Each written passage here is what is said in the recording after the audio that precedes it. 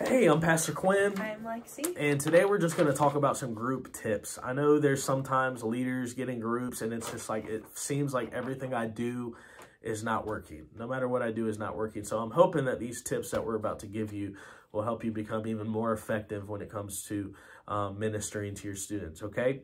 So tip number one is start small.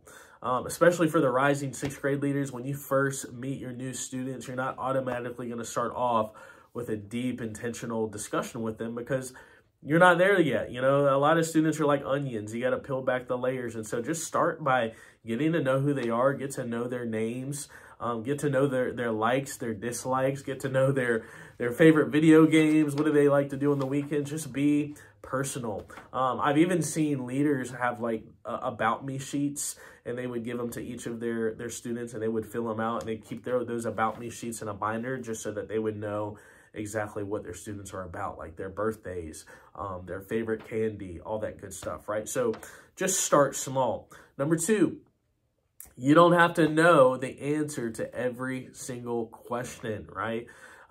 There's a lot of students, especially middle and high school, and they ask really good questions. And I think that's an indication that God is really working on their hearts. But sometimes they're going to ask questions that you just don't know. And that's okay.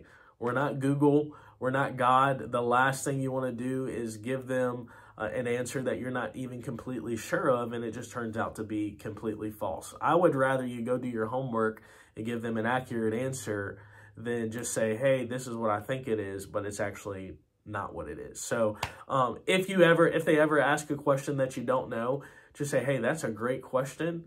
I don't know that right now, but I'm going to go home and do my homework, and we'll talk about it next week. So it's okay. I know that leaders feel like they have to live at this perfected level where they have to know everything, but that's just not true. It's okay to be humble and say, I just don't know. Sometimes that's the most important answer you can give a student. Number three, have talking objects, right? These are for the leaders who have groups where they just cannot stop talking, right? It's like nonstop communication. Usually what I do is I'll use a phone, a marker, a ball, or something like that, and you can pass it around, and whoever is holding the object is the only one that can talk, right? And that kind of helps limit the conversation down to one person so that everybody is not speaking at the same time. So use a talking object. But the flip side is, you know, some people, they have groups that just talk too much. Then you have groups that don't talk at all, where it's like completely silent. No one is saying a word. You know, it's like pulling teeth just to get a single word out of their mouth. And what I've seen in my experience is that sometimes it takes a one-on-one conversation with students to open up, because some students may not say something because there are other people in the group that they don't want to hear it, so they don't want to speak up. And so when you're intentional with students outside of groups, which we're going to get to in a little bit, that actually helps you to develop that relationship so that their heart is softened and they're able to open up.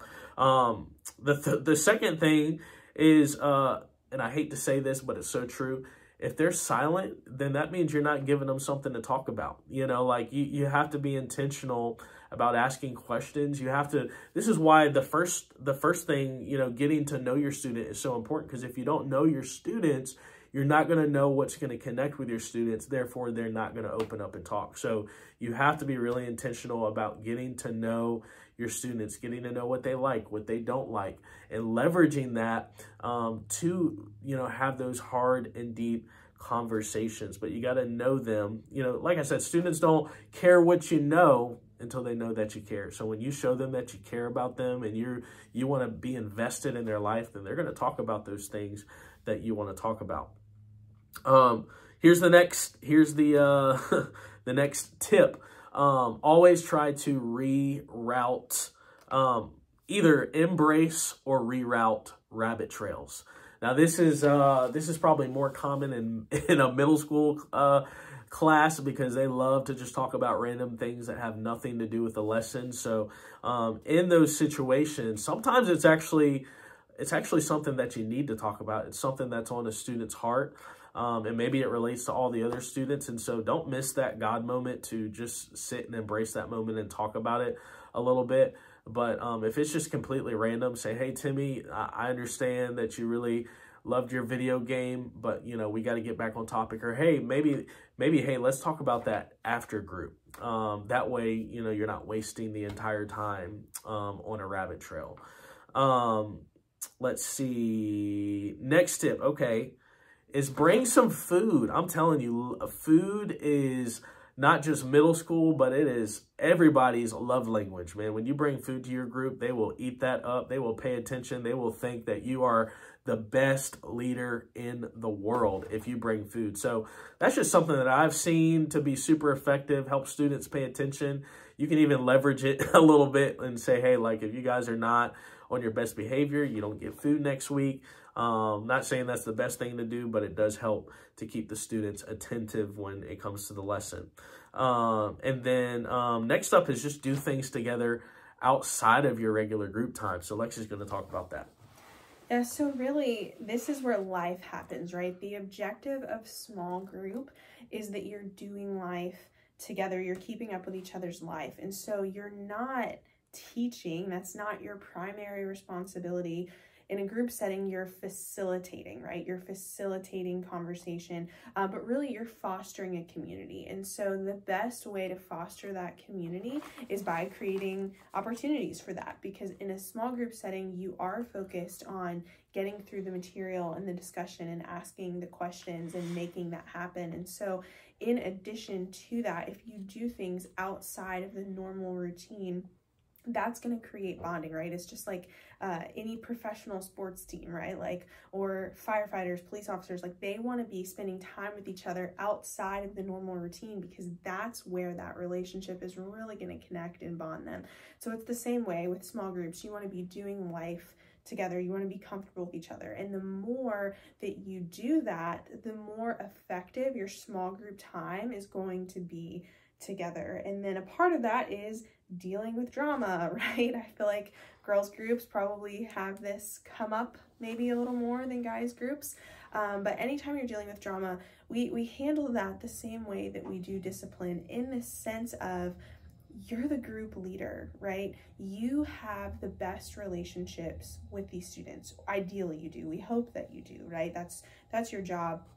And so you have that connection with them. You probably have more context into certain situations than we do. And so if it gets to a point where we have to be brought in, bring us in. That's why we're there. We're there to support you, right? We're there to handle hard situations. Certainly there are many situations we don't expect you to handle, right? It's not an expectation that we have. But like I said, you have the relationship with them. You probably have more context in the situation. And so hopefully that helps you navigate those situations. Yep. And last but not least is discipline. Nobody likes discipline, but it's definitely necessary in a student group setting. Because sometimes you'll have students that just don't stop talking, and it's like no matter how many times you tell them to not talk, they keep doing it. So what we do is we go by a 3-strike principle, which is strike 1, you give them a warning. Hey, Timmy, you know, we love what you got to say, but can you please not talk for the next 5 minutes? That's strike 1. Strike 2 is you give them another warning, but this time with an expectation. Hey, Timmy, what did I ask you to do the first time? Not talk. Exactly. So here's what we're going to do. I'm going to show you grace again, but if this continues to happen, I'm going to have to either let Pastor Quinn know, or I'm going to have to let your parent know, and you may not be allowed back for a certain amount of time. Now, I don't want this to happen, but this is what we have to do for the sake of the other students who actually want to learn today. Do you understand? Yes, Pastor Quinn. Yes, Mr. whatever your leader name is, right? And then if they do it again, 3 strikes, you're out. So you do whatever you get, whatever that expectation that you gave them for strike number 2, you actually do it for strike number 3. So that's kind of our 3-strike process that we go through when it comes to discipline. If it feels like it's something outside of your control, if it's a question that you don't really know how to handle, or a situation that you don't know how to handle, when in doubt, pastor it out. You know, come to me, come to Lex, and we'll definitely try to help you solve that situation to the best of our ability. But anyway, so that concludes our group tips video. We hope this was helpful, and we'll be looking forward to seeing you in the next one.